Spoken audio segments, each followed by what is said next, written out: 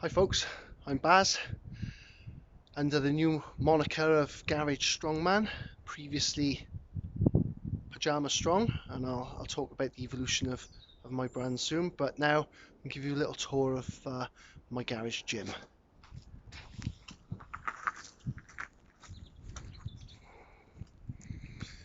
This is a prefab garage which I had specifically built when we moved in. Here's my gym. This is the business end, if you like, which is my strongman stuff, the Atlas stones, my yoke. That's my Pitbull gym canvas, which I did. Initially, that was my Twitter handle, Pitbull Gym. I like their stuff, and I got a lot of their kit. I did that canvas just to brighten the place up a bit. My old punch bag.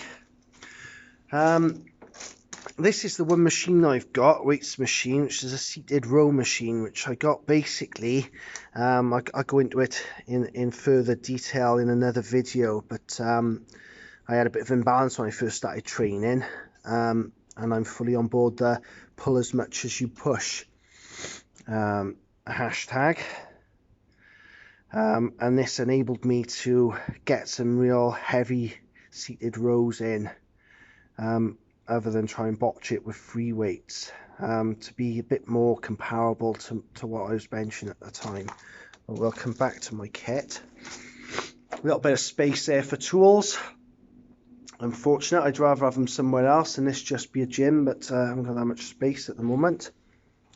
So in we go. This is the hub of most of my work, the power cage, which if you're going to set up your own gym, I suggest is probably the first thing you buy. Enables you to train safely on your own, particularly benching and squatting. I got it off eBay. You can pick them up between £200 and £300. Just make sure it's kind of rated to the sort of weights you're going to be using, and I've gone, as I would recommend, you go a little bit heavier as well, you know, beyond your wildest dreams, because you don't want to find out you have to buy another one because it's not fit for purpose in a couple of years. But when I started, this was probably the first thing I bought, was this little A-frame, if you like, which enabled me some sort of safety with the bars there, the safety catchers, but obviously not a full cage, so not ideal for things like squatting. Did a job at the time, no, and I bought it mainly again for the cable attachments to enable me rowing and lat pull downs and things like that. But I've outgrew it a bit, and then over the last couple of years bought the power cage. Now you can get ones which has a cable attachment down the bottom there, runs up there, but as you can see, a lot of my stuff I do, the bench comes in behind there. So I didn't want to get one that did both, because I didn't want to lose that facility, being able to put the bench back over there behind. If you've got a big enough cage, I suppose you can get bigger ones that come out further. Perhaps that wouldn't be an issue, but in terms of unracking the weights from the bench press, for example, when I'm training on my own, I need to be back a little bit further. So I got this cage and kept the old one. So I've got my cable attachment separate, but as I say, you know, if space is limited, you can get one that does it all. In terms of a bench, I initially had that one there, which is now a bit of a seat, with the A-frame.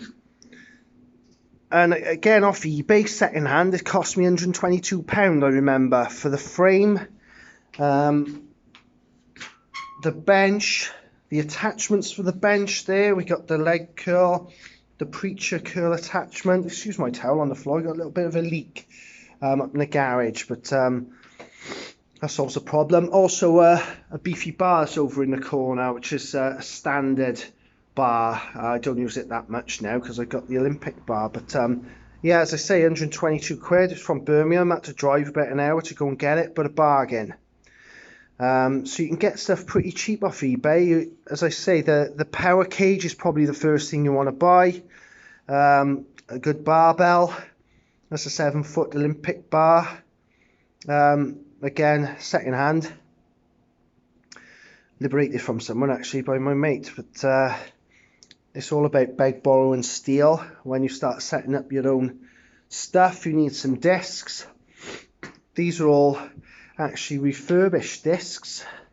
There was a fella quite local that was getting sort of factory returns and basically just giving them another lick of paint. For weights, brand new, you'd be expecting to pay about £2 a kilo, but I would say £1.50 a kilo would be a better price, and I got these probably nearer to £1 a kilo. If you shop around, again on eBay, second hand, £1 a kilo, doesn't matter if they're you know, lacking a bit of paint or a little bit rusty. Weight's weight. So again, it depends how much you want to spend, but you can get things pretty cheap. Dumbbells are all second hand, ex-gym use. Adjustable ones to start with, obviously cover a lot of bases once you've got some discs.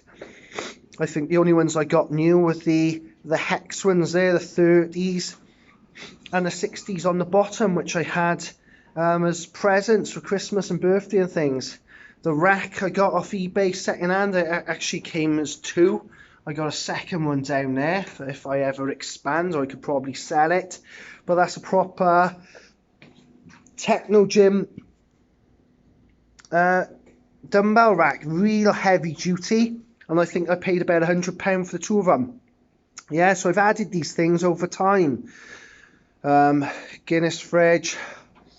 I'll talk about my pictures again. Some of them a bit personal to me, others relative to any sort of sports and boxing fans. Ones of my children there I've done myself. Again, I'll come back to that. So, sorry, a bit of a coughing fit then. Guinness fridge, which is storing my supplements at the moment. I get all my stuff from My Protein pretty much at the moment. There's a 30% off discount code on my profile if you want to use all this stuff. My protein in there. I got further my carbs, cookies and protein bars. And basically, there's always a sale on. I think how they make their money, though, they got a sale on something, and then other things you end up paying full price. So what I do is get everything when they're in a sale, stock up, and buy other things when they're in a sale. So I always end up paying about 40% off for everything. And as I say, my discount code will get you an extra 30% off. So the stuff's really good, but I'll do another video on my supplements at another time, what I recommend starting off. The Welsh flag, that's my, up on top of there, is my old UFC Wall of Fame. My cardio zone. I don't show many videos in the cardio zone, but it's basically my warm-up. I'll start with a couple of minutes on the cross trainer, loosen my old back up. A couple of minutes on the rower, particularly if I'm doing back. If I'm doing legs, like today, and Strongman day, I'll probably spend about 5 to 10 minutes on the bike warming my old knees up. Depending on how cold it is, probably outside, because this garage is probably only a degree or two above outside. So if it's freezing outside, it's now I'm freezing in here, and it'll take me a bit longer to warm up. And there's my PowerTech squat machine, which as you can see, I've got stuff hanging on it and all. I don't use a great deal, but with my old knees, it is a bit kinder on the knees squatting. I use it mainly for calf raises now. My ab roller there, which hasn't been uncovered for a while. And one thing I missed, probably my favourite piece of cardio equipment, is the old Strongman. Again, second hand, I think I paid about 80-90 quid for this. I've split his face over the years, so he's taped up like he's got a beard on. great bit of kit. You can program it. Mine's got a bit funky when it was damp, the batteries kind of run a bit, so that doesn't actually work anymore, but the lights light up and you can program patterns and get your combinations going. But I just use my own combinations now. It's a great bit of kit for warming up your shoulders before you get into the weights. There's some more of my bars on the back of there, my easy bar. That's don't actually use that much. That's a sort of short, I think it's about 5 foot bar for curling. The big boys on the wall there, my hex bar and my Swiss bar. I've talked about that. And let's into my more strongman stuff then. You've got my log, which is down here, the only place I can really fit it in. It's just easy to carry it out the back then. My anvil, which was a bit of a drunk purchase a couple of years ago. I thought it was going to be about 100 kilos, but it's a lot more than that. It's probably over 120, and I just can't pick it up at the moment. So it's a bit of a shoe rack. But it's one of my goals this year to be able to pick that bad boy up. I had to sort of corner it in across the gravel there when it was dumped off at my drive, and it's been there for a good few years now. I'm going to have to design something to put it on to be able to pick it up, because I'm nowhere near picking that up off the floor at the moment. As I say, I've talked about my stones. I've got, lost count actually, 5 stones at the moment, ranging from, I recently picked up that 45 over there, which is really for the kids and the wife. This one's 65, 75, 100 over there. And that's the 130, which has been sat gathering dust since I got it, because I got sort of 2 for £100. Again, at the stones you want to be paying about half their weight, I suppose, in money. So would that be about 50p a kilo? So a 75 kilo stone, we really only want to be spending about 35-40 quid on it. Second hand, of course. 100 kilo stone, 50 quid. I got the 100 and the 130 for £100 second hand. So have a look round on eBay. If I was going to buy them brand new, I'd be buying them off Jason at Spartan Atlas Stones, and I plan on getting something in between the 100 and the 130, maybe 115 if you do it for me.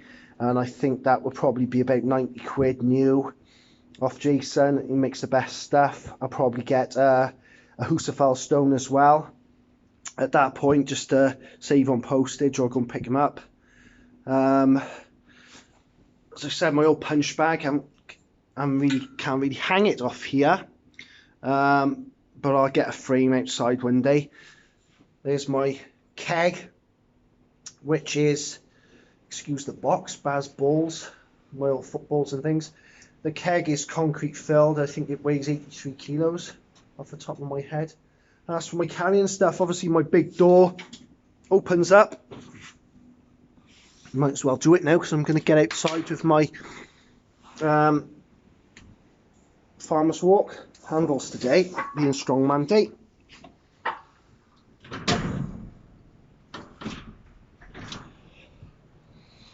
And we're straight out onto the drive, which for those of you that follow me on Twitter will recognise this view.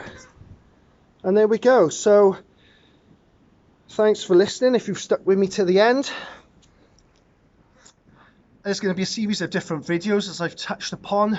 Please subscribe and follow my new stuff. Click like if you've enjoyed the video today. Thank you very much for your support. I'll see you soon.